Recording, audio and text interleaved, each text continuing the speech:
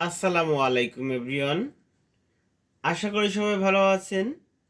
আজকের ভিডিওটা 9, 10 ও এসএসসিদের জন্য অত্যন্ত একটা গুরুত্বপূর্ণ ভিডিও। আজকের ভিডিওতে আছে আপনারা এই একটা ফরম্যাট দিয়ে সিভি লেখা শেষ করতে পারবেন। সিভি একটা মুখস্থ করলে আপনার দ্বিতীয় তৃতীয় সিভি আর মুখস্থ করা লাগবে না। তবে এখানে আংশিক আংশিক পরিবর্তন আছে। এই একটা মুখস্থ করার পরে আমি আপনাদের কিছুটা চেঞ্জ দেখা দেবো। ওই চেঞ্জগুলো যত প্রকার সিবি আছে এই একটা দিয়ে লিখতে হবে। যেরকম এখানে আপনারা সিবি লেখার সময় প্রথমে তারিখ লিখতে হয়, তারপরে মাসের নাম, তারপরে সাল। এটা চেঞ্জ করবেন, কোন তারিখ, কোন মাস, কোন সাল। এরপর হচ্ছে কার কাছে লিখছেন। যদি আপনি স্কুলে চাকরি করেন, অ্যাসিস্ট্যান্ট ইংলিশ টিচার অথবা কম্পিউটার ম্যান, লাইব্রেরিয়ান ম্যান, এগুলো সাধারণত স্কুলেই থাকে, কলেজেই থাকে। তো সেক্ষেত্রে দ্য হেডমাস্টার দেবেন। আর যদি কলেজে চাকরি হয়, ভার্সিটিতে চাকরি হয়, সেক্ষেত্রে দ্য প্রিন্সিপাল দেবেন।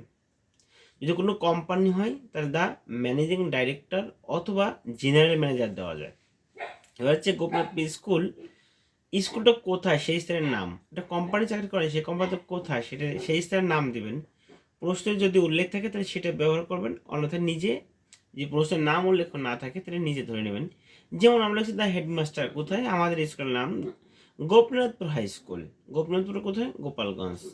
আর যদি কোম্পানি হয়, আমি ধরে নিয়েছি গ্লোবাল ইন্স্যুরেন্স। গ্লোবাল ইন্স্যুরেন্স একটা স্থান ধরেছিলাম ঢাকা মিরপুর। আর আপনি যদি কোনো প্রশ্নতে স্থান নির্ধারিত ঢাকা, মিরপুর অথবা কুমিল্লা, হোমনা, সেই স্থান ব্যবহার করতেন। এরপরে আপনার লিখবেন সাবজেক্ট। সাবজেক্ট লেখার পেরিয়ার ফরও দিতে পারেন, অ্যাপ্লিকেশনও দিতে পারেন। পেরিয়ার ফর্ম প্রার্থনার জন্য, কিসের জন্য, দ্য পোস্ট, এটা পদের জন্য। কোন পোস্ট, যদি এই যে এ হবে না অ্যান হবে, এরপরে যেটা লিখবেন ওই ওয়ার্ডের প্রথম অক্ষরটা যদি বায়াল হয় তাহলে অ্যান দেবেন, আর কনসোনেন্ট হলে এ দেবেন। তাই কি লিখবেন, পেরিয়ার ফর দিয়ে লেখাটাই বেটার, পেছানোর দরকার নেই, জাস্ট এটা পুরোপুরি লিখে দেবেন। সাবজেক্ট বিষয়, পেরিয়ার ফর দ্য পোস্ট, এ অথবা অ্যান কোনটা হবে সেটা বিবেচনা করবেন। বায়াল হলে তার পূর্বে অ্যান হয়, কনসোনেন্ট হলে তার পূর্বে এ হয়। যে বিষয় ধরেন অ্যাসিস্ট্যান্ট ইংলিশ টিচার, সেক্ষেত্রে অ্যান দেবেন, an assistant English teacher. Junior officer হয়, সেক্ষেত্রে অ্যান দেবেন না, সেক্ষেত্রে এ দেবেন, এ junior officer. A computer operator, A librarian man, সেক্ষেত্রে এ দিয়ে বিষয়ের নাম লিখবেন। তারপরে মনে রাখবেন, লিখবেন স্যার, জনাব, in response to your advertisement published in. এরপরে এইখানে একটা পত্রিকার নাম, দ্য ডেইলি স্টার সাধারণত লেখা হয়, সবসময় এটি দিলে চলে, ইনকিলাব, যুগান্তর। তাহলে এর প্রত্যেকটা ওয়ার্ডের প্রথম অক্ষরটা বড় হতে হবে। টি বড়, ডেইলির ডি বড়, স্টারের এস বড়। তবে ওইখানে কমা দিয়ে আটকায়, উপর দুটো কমা দেখতে পাচ্ছেন, এই পাশে দুটো কমা দিচ্ছেন। এই কমা হচ্ছে পত্রিকার নাম দেওয়ার পর আটকা দেবেন। ওয়ান, তারিখের নাম দেখছেন লেখা আছে, এইখানে যে তারিখ মাস লিখবেন, সাল লিখবেন, এর থেকে 2 দিনের আগের তারিখ দেবেন, কারণ আজকে লিখছি। এইখানে যে তারিখ লেখেন, এই তারিখের থেকে এখানে নিয়ে তারিখটা 2 দিনের আগের তারিখ হবে। 2 দিন, 3 দিন, 4 দিন, 5 দিন দেওয়া যায়, কারণ এটা হচ্ছে আপনার কোন পত্রিকায় প্রকাশিত হয়েছে কোন তারিখে। ডেইলি স্টারে 15 জানুয়ারিতে প্রকাশিত হয়েছে 24 সালে। সেক্ষেত্রে আপনি এইখানে যে তারিখ মাস সাল লিখবেন, এই মাস ঠিক থাকবে, সাল ঠিক থাকবে, শুধুমাত্র তারিখটা 2 দিন, 3 দিন, 1 দিনের আগের দিলে হয় এখানে। কারণ এটা আপনি পত্রিকা দেখার পর আজকে লেখা শুরু করছেন, এই জন্য এই কারণে তারিখটা 2 দিন আগের হবে। For the post, name of, the post, এইখানে আপনার যে বিষয় এই সাবজেক্টে লিখছিলেন না, assistant English teacher, computer operator, librarian man, এইখানে শুধু সেটুকু লিখে দেবেন। আর কোন সব হুবহু এটি ব্যবহার করে দেবেন। শুধু তারিখ মাস সাল চেঞ্জ, হেডমাস্টার হবে না প্রিন্সিপাল হবে, নাকি কোনো কোম্পানির নাম আছে, স্থানের নাম চেঞ্জ হবে, ঢাকা, কুমিল্লা, বরিশাল, সেটে সাবজেক্ট এমন ঠিক আছে। কোন বিষয় পর লিখবেন শুধু সেটুকুনি চেঞ্জ করবেন, সব লেখা যাবে। শুধু এইখানে নেম অফ দ্য পোস্ট, এই পোস্ট এতটুকু জায়গায় চেঞ্জ হবে। নেম অফ পোস্ট, পদের নাম, কোন পদের নাম, assistant English teacher, librarian man, junior officer, সেই বিষয়টার নাম হুবহু লিখে দিয়ে বাকিটুকু মুখস্থ লিখে দেবেন। I like to offer my self for one of the post, full stop, here with my complete CV for your kind consideration. এটা লেখার পরে হুবহু এভাবে লিখে দিবেন।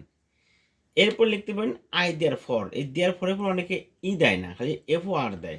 আবার দেয়ার লেখে ভিন্ন, ফর লেখে ভিন্ন, ভুল হবে। দেয়ার ফর একই সঙ্গে হবে, কোনো স্পেস হবে না। দেয়ার ফর পর একটা কমা হবে। I therefore would you would you request to be enough to appoint me to the post and oblige thereby. Yours, এই ইয়ের উপর অবশ্যই এক্সট্রা দিবেন। ইয়োর্স সিনসিয়ারলি দেওয়া যায়, ট্রুলিও দেওয়া যায়, ফেথফুলিও দেওয়া যায়। আপনারা যাদের যাদের নাম লিখবেন, যদি প্রশ্ন কোনো নাম উল্লেখ থেকে সাপোজ ইউ আর সুমন অথবা সুমনা, তখন আপনি সুমন সুমনা সেই নামটা ব্যবহার করবেন। আগে সিবি এক পেজে লেখা লাগতো, এখন সিবি 2 পেজে লিখবেন, তবে পেজ উল্টা লিখবেন না, এইভাবে পেজ লিখবেন। যেরকম আমরা এই পেজে লিখেছি দেখছেন, আর এই পেজে লিখেছি, এইভাবে লেখা যাবে। তেমনি এখন ওই পেজ লেখার পর লিখবেন, এখানে রিজিউমও লেখা যায়, কারু কলম বিটাও লেখা যায়। আপনি কারু কলম বিটা লিখতে পারেন। এইটা খুব সহজ। নেম, আপনার নাম লিখবেন, ফাদার নাম হবে না, ফাদার্স নেম হবে, বাবার। এই অ্যাপোস্ট্রফি এসটা দিলে কি বোঝা জানেন, রয়ের বোঝায়। ফাদার্স নেম, আপনার বাবার নাম লিখবেন। মাদার্স নেম, আপনার মায়ের নাম লিখবেন। প্রেজেন্ট অ্যাড্রেস, বর্তমান ঠিকানা। পার্মানেন্ট অ্যাড্রেস, আপনার স্থায়ী ঠিকানা, আপনি বর্তমান কোথায় থাকেন আর আপনার স্থায়ী জন্ম কোথায়। এটি সেম দিলে চলে। আমি লিখছি প্রেজেন্ট অ্যাড্রেস, বর্তমান অ্যাড্রেস, ঠিকানা, ভিলেজ সংক্ষেপ লিখছি, আমার গ্রামের নাম লিখছি গোপীনাথপুর, জেলা গোপালগঞ্জ, থানা জেলা গোপালগঞ্জ। আবার লিখছি পোস্ট গোপীনাথ, একই ঠিকানা দিছি। তাহলে আপনি প্রেজেন্টে যা লেখেন, মানে বর্তমান যা লিখবেন, পারমানেন্টটা সেটাই লিখতে পারেন, অথবা সেম লিখে দিলে হয়। ডেট অফ বার্থ, আপনার জন্ম তারিখ লিখবেন। আপনি যদি মনে করেন 20 সালে জন্মগ্রহণ করেছেন, 2000 কত সালে, 20 সালে, তো আপনার চাকরি বয়স হবে না, আপনার দেখতে হবে 18 বছর। চাকরির বয়স, আমি এম এ পাস করেছেন, আপনার এম এ পাস করে আপনার চাকরির বয়স কত হলো, 27-25 বছর হয়েছে কিনা, সেই হিসেবে আপনার ডেট, তবে আপনি হুবহু এই ডেটে দিতে পারেন। আমরা লিখেছি কত, 26/2/2020 সালে, যদি আপনার চাকরি বয়স হয়ে যাবে, চেঞ্জ করার প্রয়োজন নেই। রিলিজিয়ন, ধর্ম, আপনার ধর্ম কোন ধর্মের, হিন্দু, বৌদ্ধ, খ্রিস্টান, মুসলিম। আমরা মুসলিম মানে যে ইসলাম লিখছি। রিলিজিয়ন অর্থ ধর্ম। হচ্ছে ন্যাশনালিটি, আপনি কোন দেশি, বাংলাদেশি না পাকিস্তানি না ভারতীয়, আমরা বাংলাদেশি, আমরা বাংলাদেশি। ম্যারিটাল স্ট্যাটাস, আপনি বিবাহিত নাকি অবিবাহিত, ম্যারিড নাকি আনম্যারিড। মোবাইল নম্বর দিবেন। এবার আপনার এডুকেশনাল কোয়ালিফিকেশন, এটাই আসলে এডুকেশনাল কোয়ালিফিকেশন হিসেবে। নেম অফ এক্সাম, আপনি কী কী পাস করেছেন, সাবজেক্ট অথবা গ্রুপ, ইয়ার অফ পাসিং, কোন ইয়ারে পাস করছেন, বোর্ড এবং ইউনিভার্সিটি, রেজাল্ট। এভাবে বক্সটা 1 2 3 4 5, তাহলে আপনার 1 2 3 4 5, 5টা র হবে, 5টা কলাম হবে। এর হুবহু এরকম লিখে দিবেন। তো আমরা আগে লিখতো এসএসসি, তারপরে এইচএসসি, তারপরে অনার্স। এখন উপরটা আগে হয়, এম এ, তারপরে বিএ অথবা বিএ অনার্স দিতে পারেন, বিএ লিখে পাশে ব্র্যাকেটের মধ্যে বিএ অনার্স লিখতে পারেন। HSC, SSC. এম এ কিসে, ইংলিশে। বিএ অনার্স ইংলিশে।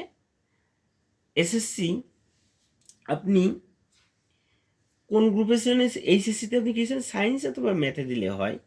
এসএসসি তো আপনি সায়েন্স অথবা বিজ্ঞান নিয়ে পড়ছেন, সায়েন্স নিয়ে পড়ছেন, দিলে হয়। পাসিং ইয়ার, আপনি এম এ পাস করছেন এত সালে, এম এ থেকে বিএ অনার্স হবে 1 বছর, বিএ অনার্স থেকে এইচএসসি লাগে 4 বছর, আর এইচএসসি থেকে এসএসসি লাগে 2 বছর। এরপর এম এ আপনি এখানে কলেজের নাম নেবেন, যেমন ভার্সিটি, বিএ অনার্স ভার্সিটি দেবেন।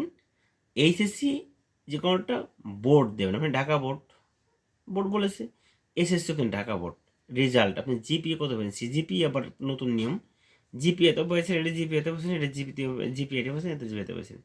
এক্সপিরিয়েন্স আগে লাগতো না, এখন সবচেয়ে বেটার। মনে করেন আপনার এক্সপিরিয়েন্স আছে, I have been working as a Gopinathpur high school, এই লেখছে I have been working as a English teacher in Gopinathpur high school, মানে আপনি গোপীনাথপুর হাই স্কুলে ইংলিশ শিক্ষক হিসেবে আপনি চাকরি করেছেন। যদি অ্যাসিস্ট্যান্ট ইংলিশ টিচার আসে, সেক্ষেত্রে আপনি গোপীনাথপুর হাই স্কুলে অ্যাজ এ টিচার দিতে পারেন। আর তা না হয় যদি আপনি গ্লোবাল ইন্স্যুরেন্স অথবা নাভানা কোম্পানি, যেগুলো কোম্পানি থাকেন, সেক্ষেত্রে আপনি এখানে সেই কোম্পানির নাম লিখবেন, অ্যাজ এ টিচার দিবেন না। সেক্ষেত্রে কী দেবেন, সেক্ষেত্রে আপনি ওয়ার্কার ছিলেন, জুনিয়র অফিসার ছিলেন, কম্পিউটার অপারেটর ছিলেন, লাইব্রেরি ম্যান ছিলেন, সেটা লিখবেন, সেই প্রতিষ্ঠানের নাম লিখবেন। রেফারেন্স, আপনি কার মাধ্যমে চাকরি করলেন, এমডি দিয়ে লোকের নাম দিয়ে সে ওই প্রতিষ্ঠানের কী ছিল, বা অন্য আপনার যে রেফারেন্স, সে কোন প্রতিষ্ঠানে চাকরি করে, সেই প্রতিষ্ঠানের তার পোস্ট কী, পদবি, এবার লিখে দিয়ে হুবহু আপনি 2 পেজ সিভিটা সুন্দরভাবে এইটা একদম হুবহু এইভাবে কপি করে লিখে দিন। আমি যেখানে চেঞ্জ দেখালাম, সেখানে এই পেজে চেঞ্জ তেমনটা নেই। আপনার নাম লিখবেন, আপনার বাবার নাম লিখবেন, আপনার মায়ের নাম লিখবেন, আপনার অ্যাড্রেসটা লিখবেন, ইসলাম আপনি ধর্ম, আপনি জন্ম থেকে এটা দিয়ে দেন, ন্যাশনালিটি বাংলাদেশ দিয়ে দেন, আপনি আনমেরিড দিয়ে দেন, আপনার মোবাইল নাম্বারটা শুধু এটা ব্যবহার করে আপনার মোবাইলটা দেন, এডুকেশন কোয়ালিফিকেশন হুবহু এগুলো এভাবে লিখে দেন, আপনার সিবি শেষ হয়ে যাবে। আশা করি এবার লিখতে পারলে আপনি শুধু অনেক সুন্দর একদম ফুলফিল মার্ক পাবেন, এবং সব স্যারের জন্য একটা আকর্ষণীয় সিবি হবে। তো প্রিয় ভিউয়ার্স, ভালো থাকবেন। আজ এ পর্যন্ত, কি, আল্লাহ হাফেজ।